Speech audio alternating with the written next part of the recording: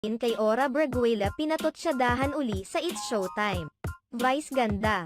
Muling nagparinig sa kanyang alaga na si Ora Braguela matapos ang gulo na kinasangkutan ni Ora Braguela sa isang bar sa Makati. Tila sunod-sunod ang pagpaparinig ng manager niyang si Vice Ganda. Ito ay tungkol sa isyu ng kanyang alaga.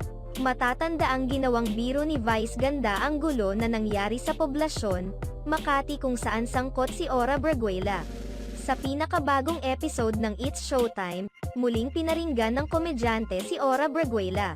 Masayang nagbibiruan sina Jong Hilario, Argus at Vice Ganda sa Isip Bata segment ng It's Showtime.